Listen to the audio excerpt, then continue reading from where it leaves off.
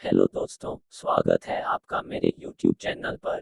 दोस्तों, कृपया video like और चैनल को सब्सक्राइब करने का कष्ट करें।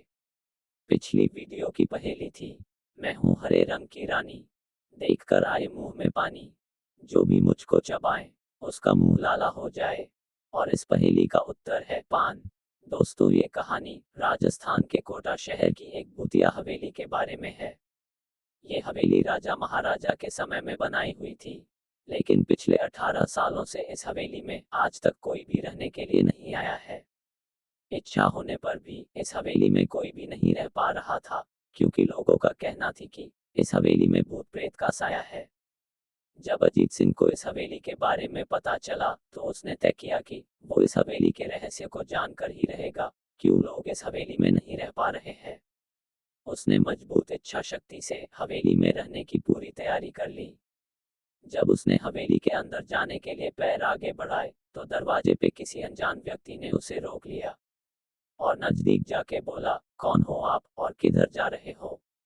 अजित सिंह ने जवाब देने के बजाय उसने सामने सवाल किया, जी, आप कौन? उस व्यक्ति ने बताया, मेरा नाम अर्जुन सिंह है और मैं यहीं पास में ही रहता हूँ। अजित सिंह ने कहा, ओह अच्छा, मैंने सुना है कि यह एक भूतिया हवेली है और यहाँ कोई नहीं आ पाता है, इसलिए मैं इस हवेली में एक दिन रुकने का फैसला किया है।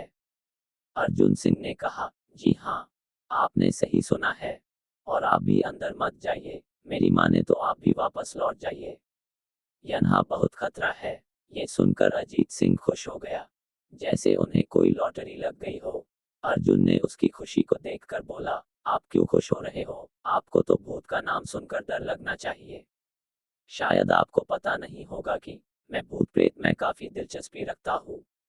अगर इस हवेली में भूत है तो मैं अंदर जरूर जाऊंगा और सारी सच्चाई का पता भी लगाऊंगा। इतना कहकर अजीत सिंह उस हवेली में चले गए। अंदर जाके अजित ने अपनी बैग को साइड में रखा और हवेली के चारों ओर देखने लगा। सारे रूम भी चेक कर लिए। बाद में ड्राइंग रूम में आके सोफे पर बैठ गया। उसने वहां बैठकर दारू के 2-4 पैक भी पिए। वहीं अचानक उस रूम में लाइट का एक बल्ब चालू बंद होने लगी, लेकिन अजीत ने उस पर ध्यान नहीं दिया। थोड़ी देर बाद दूसरा बल्ब चालू बंद होने लगा। देखते ही देखते हवेली की सारी लाइट चालू बंद होने लगी। ये सब देखकर अजीत अपनी जगह पे खड़ा हो गया और पूरी तरह चौकन्ना हो गया। अचानक उसके सामने एक छोटा टेबल हवा में उड़ने लगा। करीबन 6 फुट हवा में ऊपर जाके गोल गोल घूमने लगा और बाद में अजीत की ओर तेजी से आने लगा। अजित ने तुरंत ही अपने जगह बदल दी और दूसरी ओर चला गया और वो टेबल वहीं जाके गिरा जहाँ अजित खड़ा था। अजीत कुछ समझ पाता उतने में सोफे की शीट उसकी ओर आने लगी। वो जल्द खड़ा हो गया और छलांग लगा के दूसरी ओर कूद गया, जिसके कारण सोफा दीवार को टकराया और अजीत बच गया। अचानक सब कुछ शांत हो गया। अजित ने चारों ओर सतर्कता से देखा और बड़ी आवाज में बोला, तुम जो भी हो सामने आकर के बात करो। वहीं एक बड़ी परछाई उसके सामने आई। अजित ने उस परछाई को देखकर बोला, कौन हो तुम और क्यों मुझे मारना चाहते हो? परछाई, तुम्हारी भूल के कारण। अजित, मेरी भूल? मैंने कौन सी भूल की? परछाई, इस हवेली में आने की भूल। मैं किसी को भी इस हवेली में खुश नहीं देख सकता। अजित, लेकिन क्यों? वो परछाई ने जवाब दिया, आज से 18 साल पहले इस हवेली के मालिक ने मुझे यहीं पे ही मार डाला था। मेरी कोई गलती भी नहीं थी। इस कारण की वजह से मेरी आत्मा इस हवेली में भटकती रहती है। मैं किसी को भी इस हवेली में नहीं रहने दूंगा, क्योंकि इस हवेली में मेरा खून हुआ था। इस हवेली में जो भी रहने के लिए आएगा उसकी मौत होगी। अजित ने कहा, मैं तुम्हें अपने असली रूप में देखना चाहता हूँ। परछाई बोला, तुम्हें मारने से पहले मैं तेरी यह इच्छा अवश्य पूरी करूंगा। और उस परछाई ने एक भयानक डरावना रूप ले लिया। उसका चेहरा इतना भयानक था कि अजीत भी एक पल लिए डर गया था, लेकिन तीसरी ही पल में उसने अपने आप पर काबू पा लिया। बाद में इसने अपनी जेब में से सफेद पाउडर निकाला और उस भूत के पर फेंक दिया।